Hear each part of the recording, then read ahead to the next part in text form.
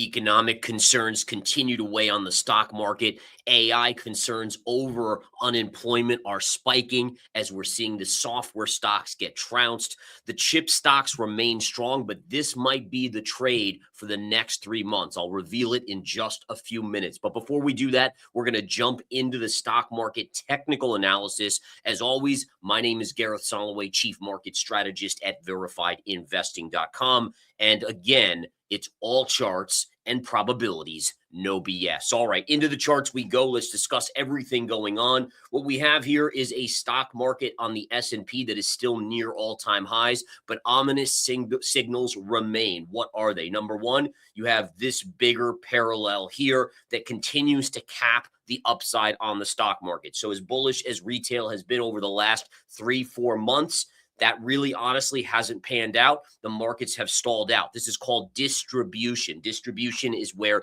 institutional money dumps into retail money. All right. So we know retail over the last 3-4 months has been extremely bullish, continuing to lever up, increase their margin. But ultimately, the markets haven't gone up. Why? Because institutional money is selling into it. All right, going back to the chart here, this perfectly displays the resistance parallel, your COVID low, your bear market low of 2022, and your liberation tariff sell-off low here. Notice it all lines up in a perfect line. You take a parallel right to the highs of 2021's bull market and look at right here. We have this top right there. We can bring this over. That's your potential top. That's really where institutional money stopped buying in, right? That was the big push up from here into this level. Since then, institutions have basically been dumping into retail. So retail continues to buy and institutions continue to sell into them. That creates what we call in technical analysis a rounded top. Rounded tops are at all-time highs where the market slowly curves out and it starts to move, and then you look for the breakdown. What will be the breakdown on the S&P here? Very simple based on technical analysis. We have a head and shoulders pattern right here. If you break the neckline around 67.90 on the S&P, that will trigger the next big fall on the S&P to about 65.50 or so. That would be your calculated target. It's also major technical support. You can see the low pivots right along here. This is all in alignment. Incredible stuff how the charts guide us, right? And has really guided me on the chart of the S&P. Now, it's not to say that there aren't trades both on the short side and the long side, right? And I think that's so important. So again, this is a general idea here of how the S&P is putting in a bigger top pattern. Notice again, the vertical nature, then the rounded top starting to form. Now we're waiting for that bigger breakdown to occur. All right. Now, as I said, there are trading opportunities here.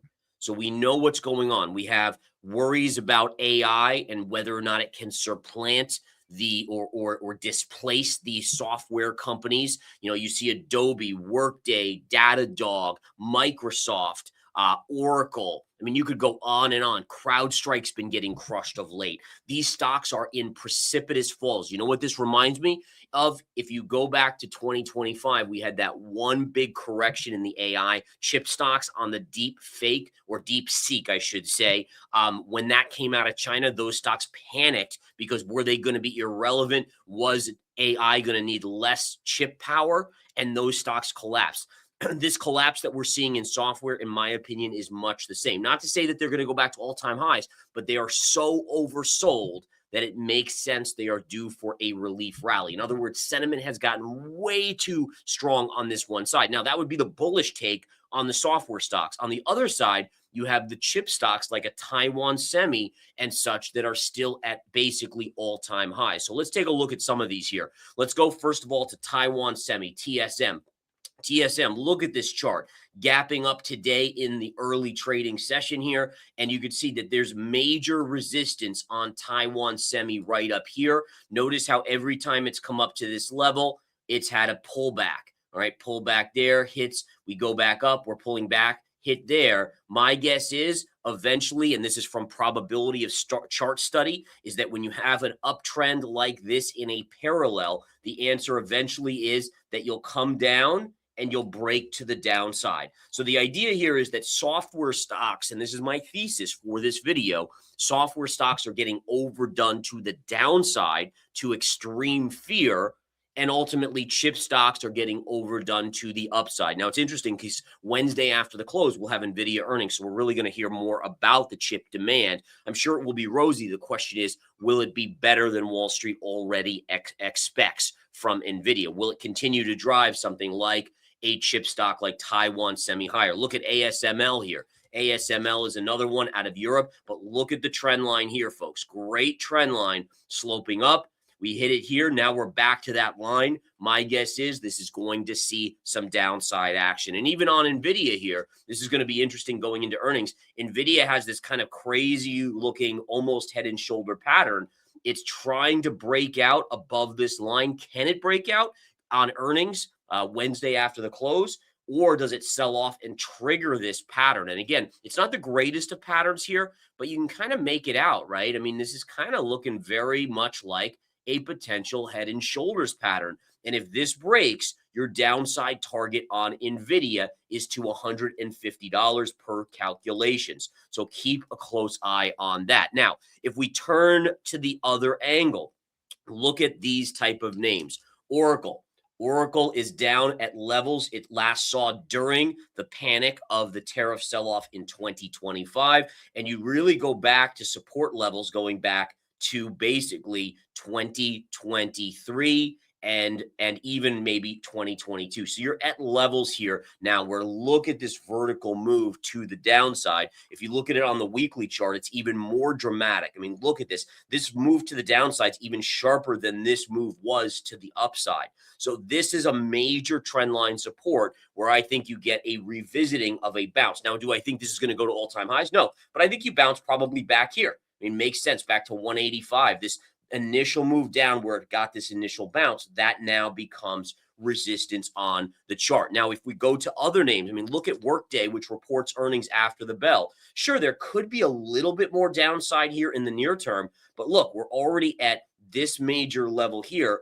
Even if it dumps out after the bell on Tuesday on earnings, there's major support at 116. To me, this is telling me major technical support here, which can be a buying opportunity in this range. Anything basically below 129 to about 115 to me is a buyable level. And in addition, look at this. You bring this trend line back. I mean, that is epic technical support at 115, going back to the highs of 2014. Look at Intuit. I mean, Intuit's in free fall as well. But look, it's coming into major technical support. I mean, look at this drop on Intuit. From the beginning of January, it was a $675 stock. It's now at 300. It touched under 350 yesterday. That is a sharp drop, which is due for a technical bounce. If we throw up our RSI, taking a look at how low the RSI is at this point. Incredible. We're basically down to 20. Now you go to names like Adobe, same sort of thing,